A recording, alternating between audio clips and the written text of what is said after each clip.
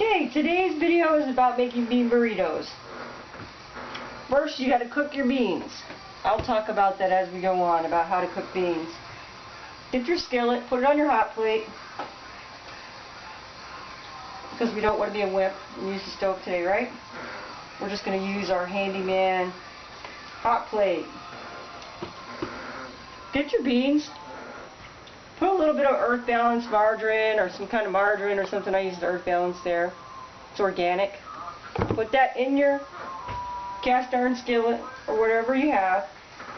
Get your beans. Pour them in there.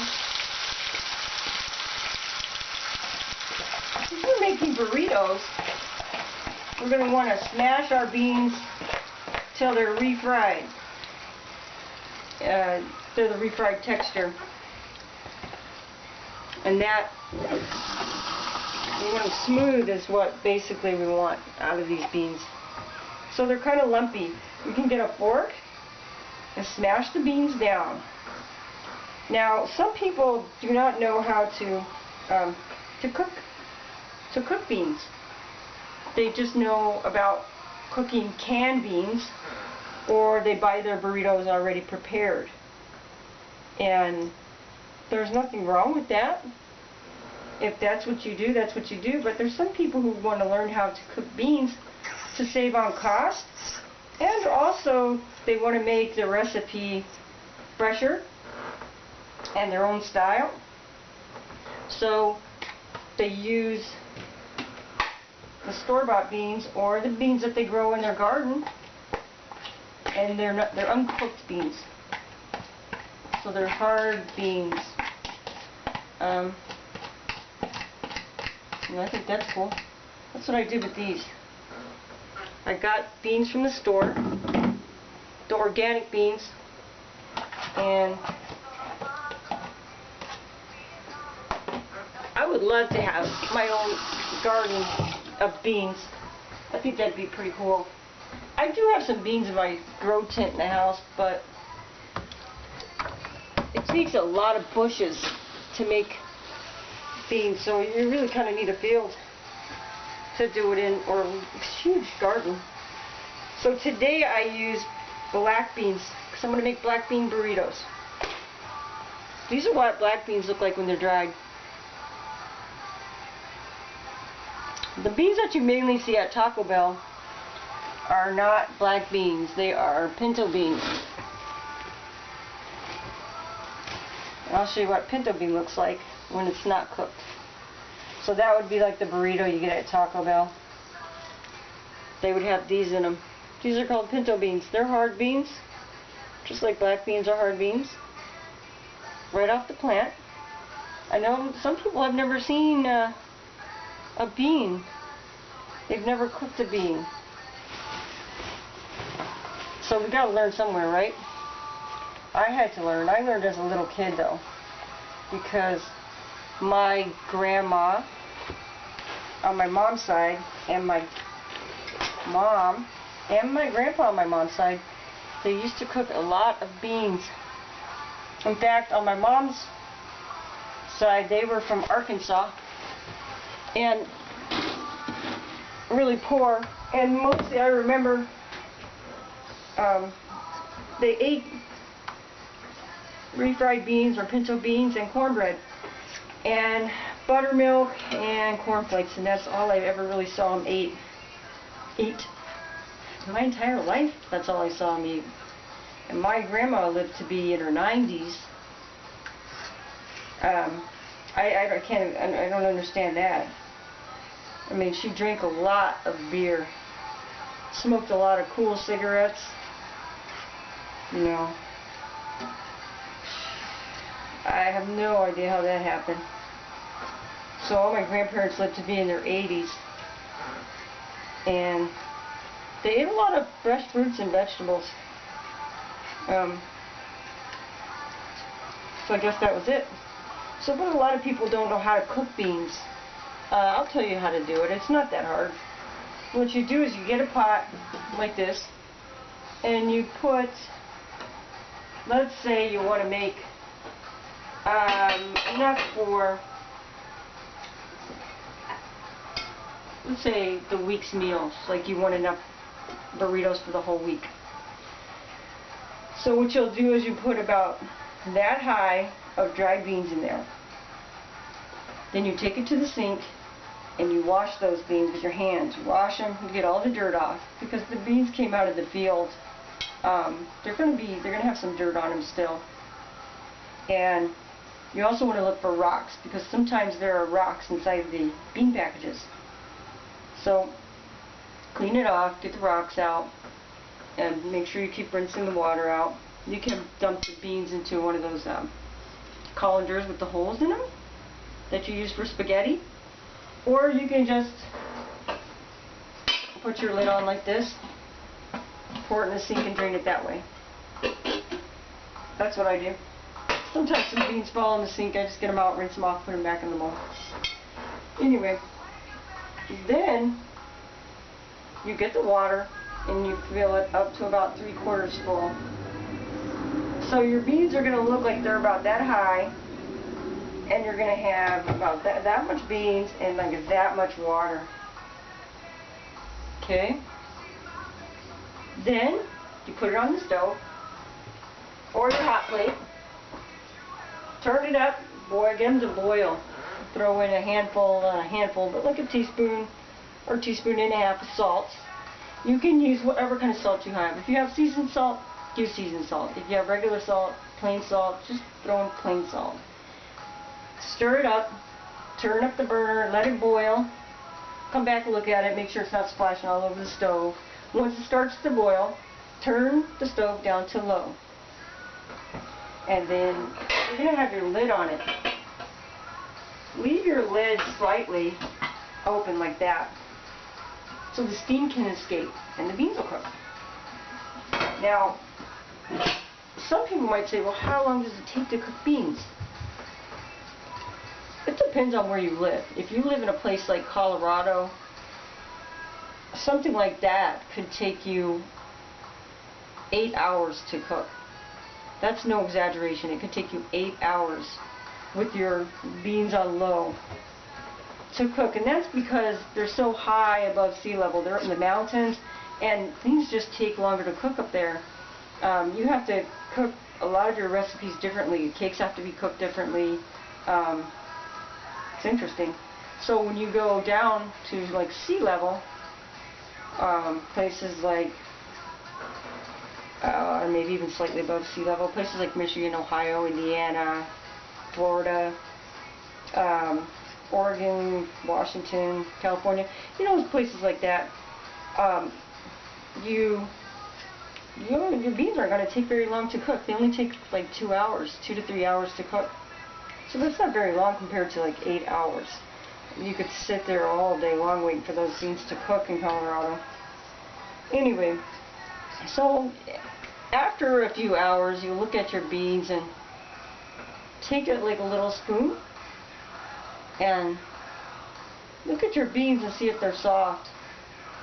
And when they get really soft, like the beans that you taste in Taco Bell burrito, then you know that they're ready to eat.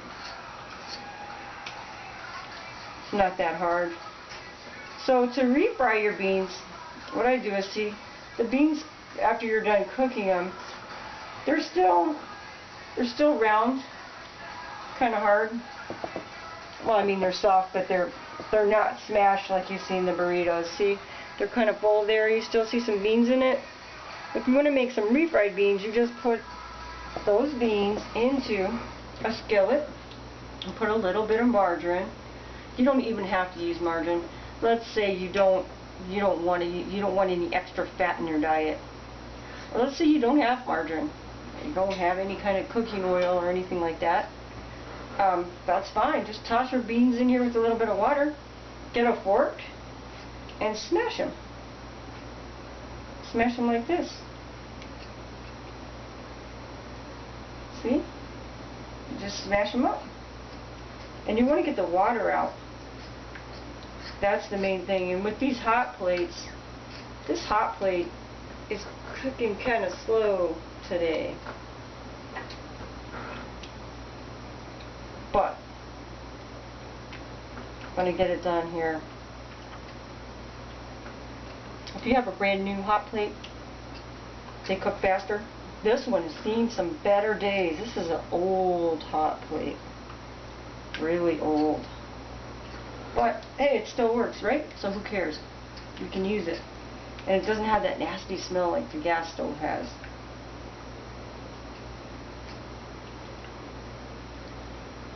So you smash up your beans.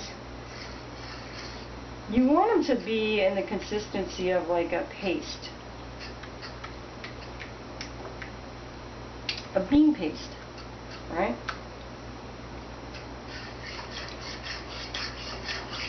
Now, for the refried beans, you can put in spices. I like to put in different spices. I don't really have like a particular recipe that I use to put in my spices. You could put in a packet of Taco Bell seasoning that you buy from the store if you want. But if you don't have a lot of money and you want to save on money and you just have spices around the house, like, you know, garlic powder or basil or sage or something like that. That's what I have right here. That's what I'm using. I'm just going to sprinkle that on top for the flavor. That's about, I'd say, a teaspoon of garlic powder. For some basil. Basil is supposed to be really good for pain. If you have pain in your joints or your body, basil is supposed to be really good for that. That's basil. Not necessarily organic. I try to buy organic when I can. Here's sage. This is McCormick sage. That's a common name brand for spices. Let's put about, I'd say about a half teaspoon to a teaspoon of all your spices if you have a pot about as big as this. Mix it up. And some people are going more towards vegan or vegetarian nowadays, and they don't want to use things like cheese, milk, eggs, dairy. That's mostly vegan. Vegetarian, they will eat. If a person is a lacto-ovo vegetarian, that means they drink milk and they eat eggs.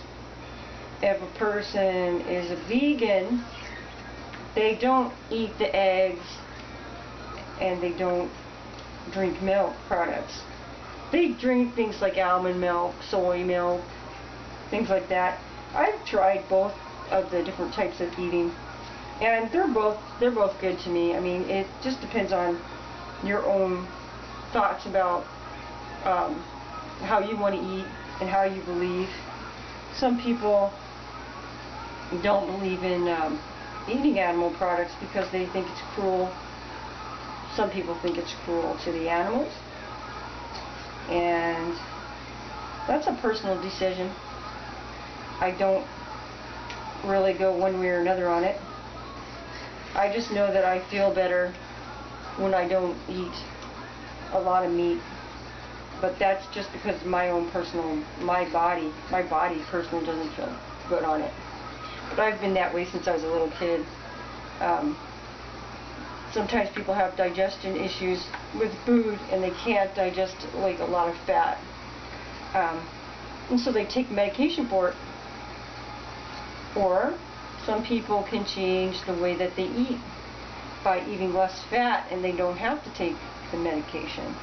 There's a thing called GERD, which is a huge problem in the United States and other places. It's an acid reflux disease. And I've done some research into that particular issue, and most of it says stay away from spicy and fatty foods. Spicy and fatty foods, oh wow, okay.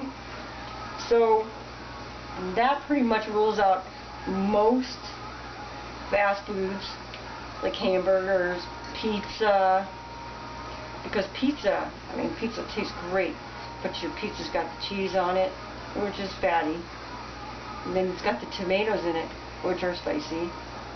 It's a different kind of a spice. It's like an acid that can feel like you're having a heart attack if you eat those foods, because it hurts so bad right in here. So some people cure different things that they have through eating less fat in their diet. And people say, well, where do you you get your protein? That's a common thing. Where do you get your protein? Well, there's a lot of ways to get protein. I heard one guy that's a vegan say, when someone asks you, where do you get your protein, and you're a vegan, you say to them, oh, I don't get protein, I'm already dead. I thought that was kind of humorous. Cracked me up anyway. It's good, sick of hearing it, I guess. I don't care one way or another. Alright. The thing that is difficult, though, is when, let's say that you do go out to eat on a rare occasion, and people pick different places to eat, like steakhouses and things like that. It's kind of hard because mostly everybody says, what do you want to eat, a salad or a baked potato? That's basically your choices right there. A salad and a baked potato, or a salad or a baked potato. I don't know. When you go Mexican, they could probably cook it in lard. They could cook your beans in lard. I don't know. I think it's easier just to avoid those situations. God, I sound so depressed today. I am sorry if I sound depressed today. I am a bit down. But that's how life is, you know? Sometimes you're too up, sometimes you're too down. Sometimes you're just right. I'm not depressed about anything, I'm just depressed. That's just how it goes. It's a chemical imbalance,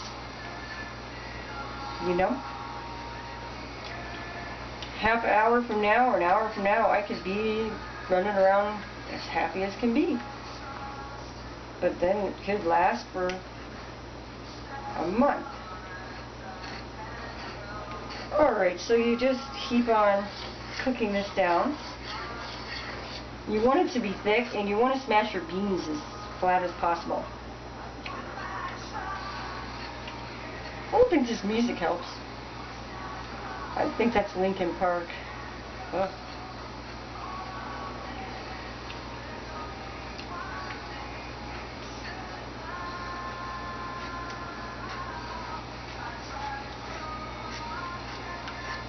So this is what you do all day. Not really all day. If this stove was a little hotter, these beans would cook faster and it wouldn't be so hard to get them to the right consistency. Alright.